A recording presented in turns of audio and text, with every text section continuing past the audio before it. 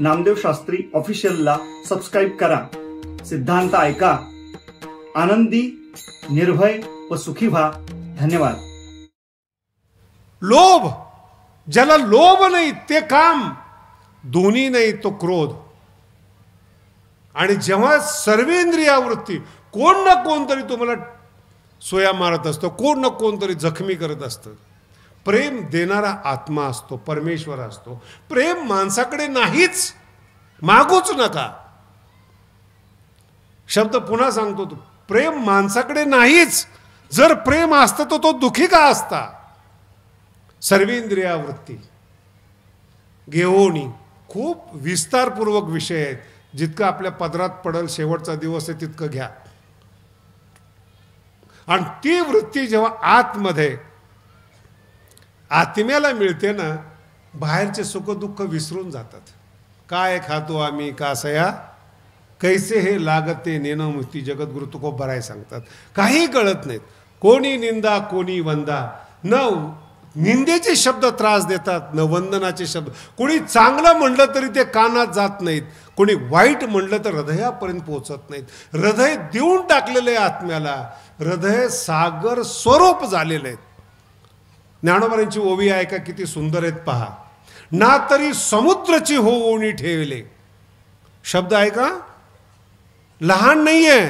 समुद्राची होऊनी ठेले, तेवी चित्ताचे चैतन्य झाले. चित्ताचे चैतन्य झाले. याता यात निमाले घनानंद जे.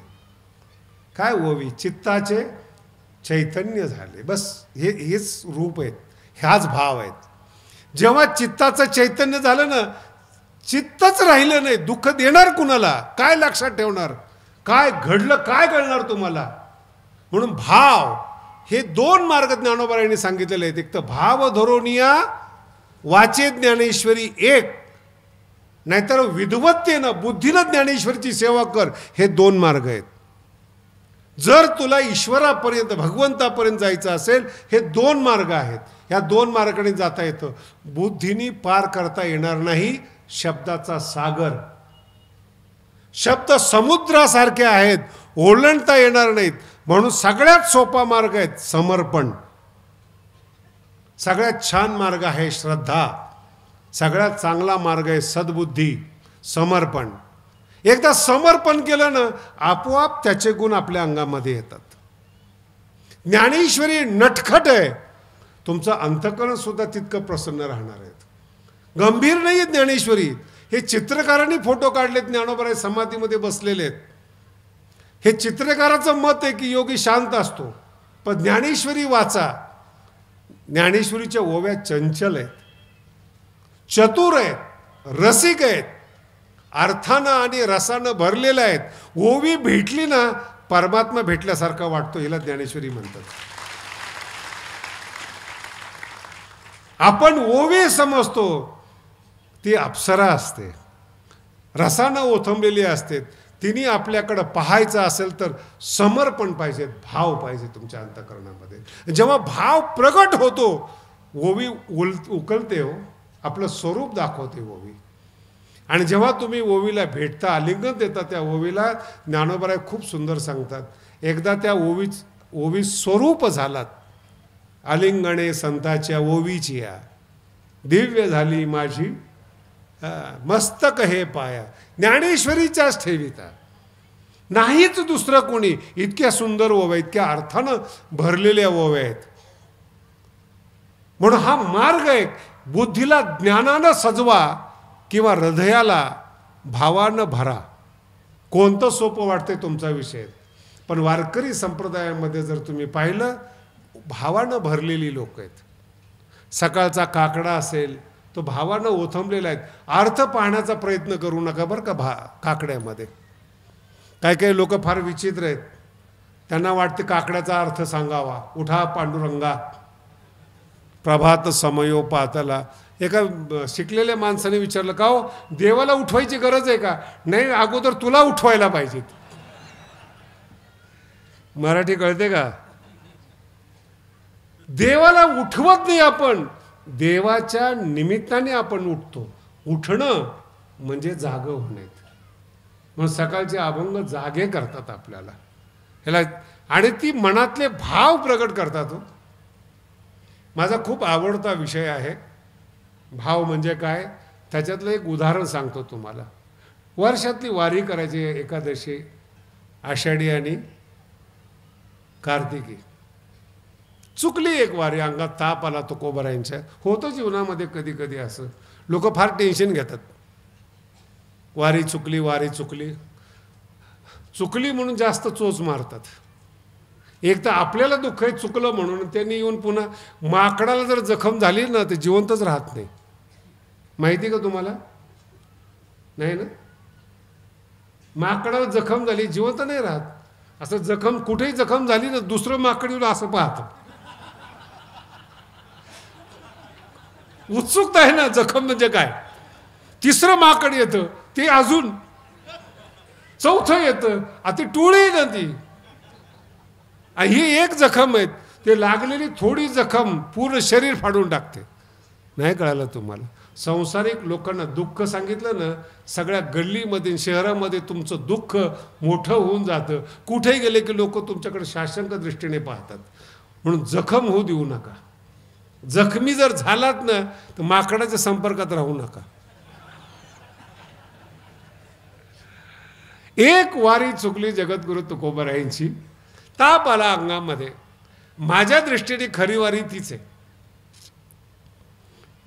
आता तुम्ही कल्पना करा ना की जगद्गुरु तुकोबराय वारी चुकली, पण चुकलेल्या वारीला जेवढं देवाची भक्ती झाली ना तेवढी कधीच होत नाही. तुकोबरायांनी 66 अभंग लिहिले वारी चुकल्यानंतर. जुन्या काळातली वारी होती, 30 दिवस लागायचे. तुम्ही भाग्यवानात एका दिवसात पंढरपूरहून परत येता. विचारा का नाही, सकाळी गेलो पंढरपूरला, वडापाव खाल्ला. नाही महाराज एकादश होती. अरे वडा म्हणजे साबुदाण्याचा वडा समजा ना, तुम्हाला नेमकं वडाच काय येतो. चंद्रभागेत स्नान केलं, मुखदर्शन केलं. म्हणलं कोणाचं? संध्याकाळी घरी मुख पाहायला.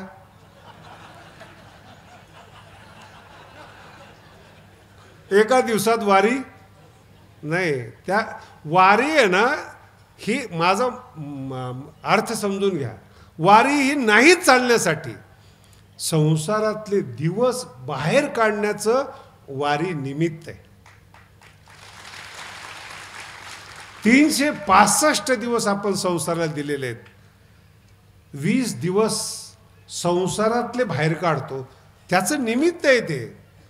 पोचायची घाई नाही आहेत.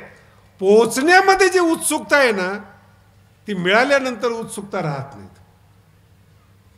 म्हणून ज्ञानोबरांची विशेषता, तुकोबरांची विशेषता सांगतो तुम्हाला. वारी सुरू झाली आणि पत्र लिहायला सुरुवात केली. हृदय पिळवटून टाकणारे शब्द आहेत. 66 अभंग आहेत तुकोबरांचे, पत्रिका या नावाने पिळवटून टाकले जातात. हृदय जसं काय असं वाटतं एक एक शब्द तुकोबरांच्या हृदयाला पिळून बाहेर आलेला आहे, भावानं भरलेला आहे. आणि इतके गोड शब्द त्याच्यामध्ये आलेत. देवा माझी वारी चुकली. ठीक आहे, शरीराने साथ दिली नाही, शरीर समर्थ नव्हतं चालण्यासाठी, मनाने मात्र मी येतोय तुझ्याकडे. आणि तुकोबरांचा अभंग किती गोड आहेत पहा. कोणा मुखे ऐसी ऐके न मात. हे बुद्धिमान लोकांना हे अभंग कळत नाही. त्यांना अभंग पाहिजे. सत्य ज्ञानानंत गगनाचे प्रावरण, नाही रूप वर्ण, असे अभंग लागतात. हे आमच्यासारखेले हे अभंग लागतात. कोणा मुखे ऐसी ऐके न मात. चाल तुझं पंढरीनाथ बोलावं तू. देवा असा कोणता दिवस माझ्या जीवनामध्ये भाग्याचा येईल, भगवंताने निरोप पाठवावा, चल तुला देव बोलवतोय म्हणून. तो दिवस भाग्याचा आहे. हे जीवन आहे, हे भावपूर्ण. ब्रह्म कसं आहे, अनादि अनंत आहे, शांत आहे, अनंत आहे, ते तुझं काम आहे. तुका म्हणे तुम्ही करा घटापटा, आमच्या वाटेला येऊ नका, ते बुद्धीचं काम आहे. काय ओवी बघा, अभंग पहा तुकोबरांचा कसा आहे. कोणा मुखे ऐसी ऐके न मात. आमच्या काळातल्या शाळा फार चांगल्या होत्या हो. आता जर मास्तरनी चापट मारली ना त्याच्यावर गुन्हा दाखल होतो. काय पोरं भाग्यवान निघाली शिका, नाही तर 10वी पर्यंत ते नापासच होत नाहीत. असे हे पास झालेले पोर आहेत, जन्मताच पास होऊन आलेले आहेत. ते अजिबात शिक्षक त्यांना मारत नाहीत. आमच्या टायमाला जे आमच्या वयातले माणसं असेल त्यांना माहिती, जर चुकला ना 4 जण यायचे तर 4ही हाताला, एक जण 2 हाताला 2 जण, 2 पायाला 2 जण, आणि त्याला वडून शाळेत न्यायचे. म्हणजे पहिली फजिती रस्त्याने, शाळा बुडवली म्हणून 4 जण धरलेले त्याला, आणि दप्तर ती 5व्याच्या खांद्यावर, जसं काही यात्रा चालली. आता ही झाली फजिती. तिथं गेल्यानंतर मास्तरचे धूत होते, मारत नव्हते बरं का, असे धूत होते. पोराची हिंमतच नाही मला शाळा बुडवायची. तो काळ होता. आणि त्या काळात बुद्धिमान पोराची आठवण करणं की हा पोरगा शाळेत आला नाही, त्यालाच विद्या येते, त्यालाच विद्या कळते, ते विद्यार्थ्याचं भाग्य आहे महाराज. हे विद्यार्थ्याचं जीवन आहे. जगद्गुरु तुकोबराय म्हणतात, पंढरपूरला गेलेल्या माणसाकडून असा शब्द माझ्या कानावर ऐकण्यात यावा, कोणा मुखे ऐसे ऐके ना मात. कानावर शब्द पड, चाल तुझं पंढरीनाथ बोलावं, तो चल तुला भगवंत बोलतात. मग मी तापाची पर्वा करणार नाही. शरीर असमर्थ झालं हे सांगणार. देवानी बोलवलं ना सगळा ताप निघून जाईल. जे असमर्थपणा आलेला आहे तो सगळा निघून जाईल. काय शब्द आहेत महाराज, 66 अभंग आहे. तुम्हाला थोड्या वेळात तरी मी काय सांगणार, फक्त तुकोबरायांचा भाव प्रकट करतोय. एक एक अभंग आहेत. जगद्गुरु तुकोबराय म्हणतात, पंढरपूरला वारी मोठी आहे, अनेक संत महंत पंढरपूरला येतात. एवढ्या लोकात माझी आठवण येईल का देवाला? काय विचार काय. आणि तुकोबरायांचा शब्द पहा, देवाला अनेक पोरं मुली येतो, मज ते माहेर अनेक नाही. बापाला जरी अनेक मुली असल्या तरी मला एकच बाप आहेत, मला दुसरं माहेर नाहीत. म्हणून देव जरी यात्रेत गुरफटला मला विसरून नाही चालणार.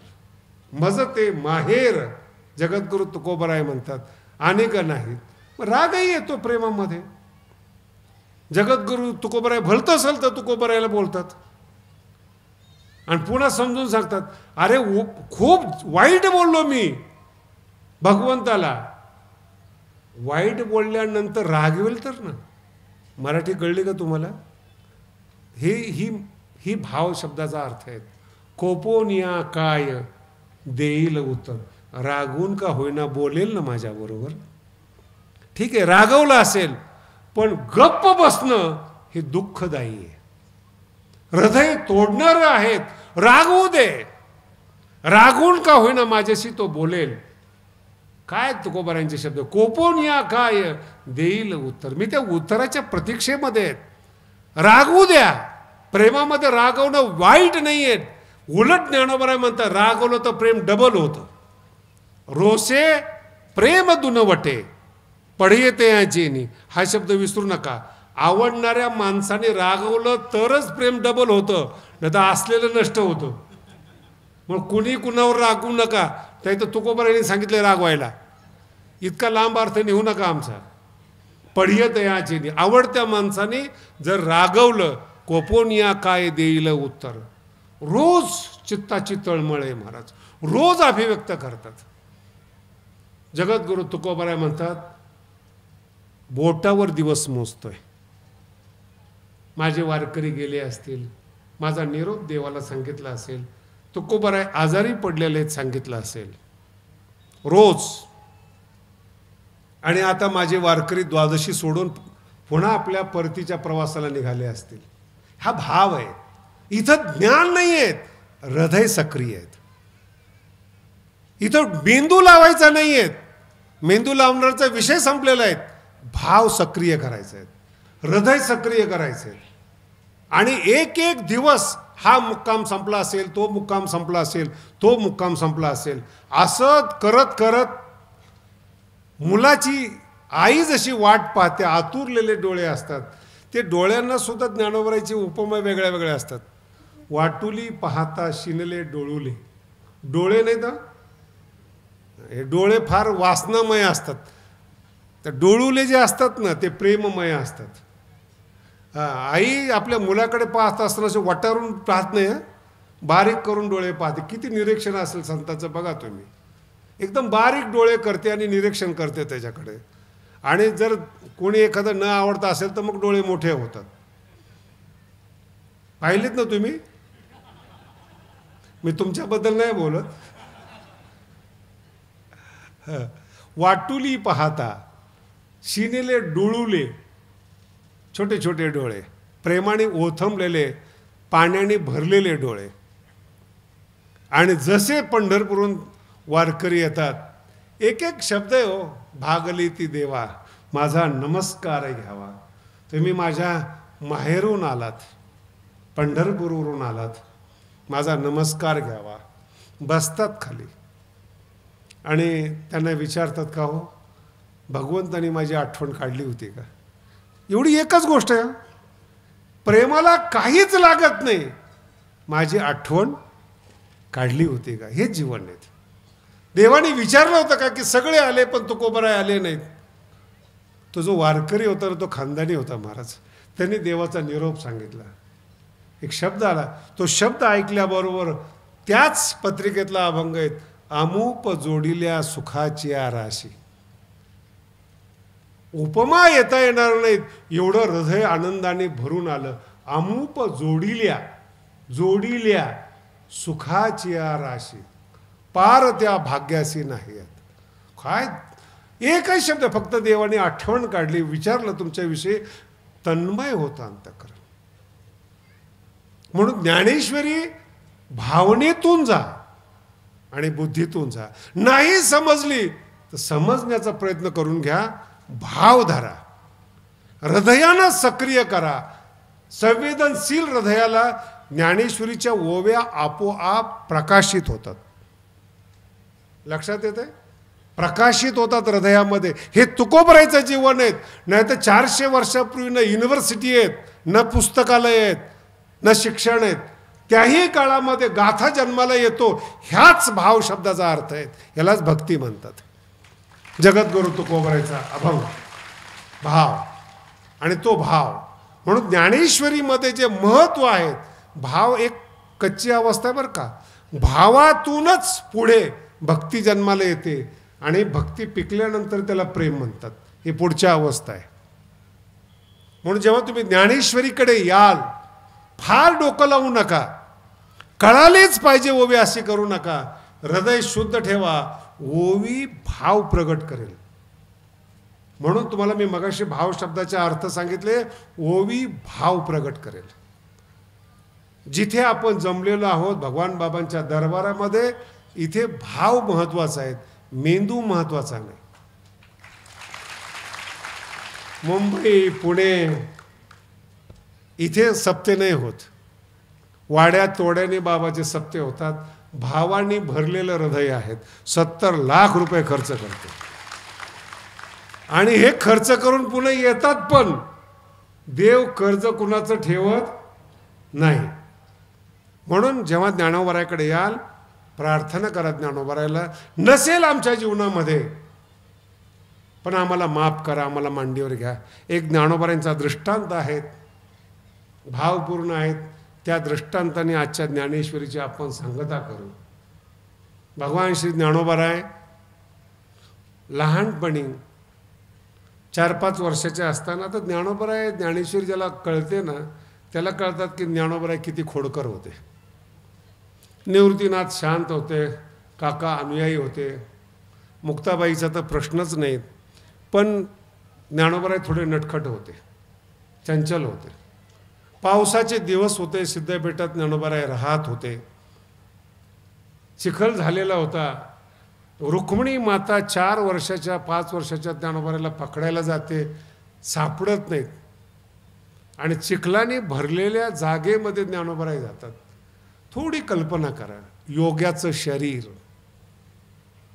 नामदेव महाराजांनी ज्ञानोबरायांच्या शरीराचं वर्णन केलेले आहेत. उगवला खांब कर्दळीचा गाभा, कर्दळीच्या आतल्या गाभाप्रमाणे ज्ञानोबारायांचा रंग होता. ते ज्ञानोबाराय आपलं सगळं शरीर चिखलात भरवतात. सगळ्या अंगाला चिखल लागतो ज्ञानोबारायच्या. हसले तर फक्त दात चमकतात, इतका चिखल लागलेला. रुक्मिणी उभी होती, आई उभी होती. आई म्हणते अजून अजून लाव चिखल, एकदाच लावून घे. पण सगळं झाल्यानंतर ज्ञानोबारायला आई उचलते. काय भाग्यवान असतील हो, ज्यांनी महाराष्ट्राला उचललंय, त्याला उचलण्याची ताकद ज्या माऊलीमध्ये, ती किती श्रेष्ठ असेल माऊली.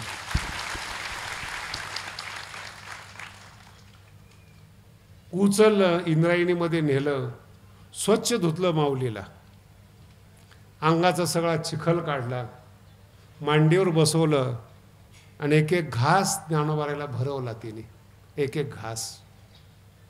ज्ञानोबाराय तृप्त झाले, बाहेर आले. आमचा एक वारकरी उभा होता. माऊली, आज जे झालं ते फक्त तुम्ही लक्षात ठेवा.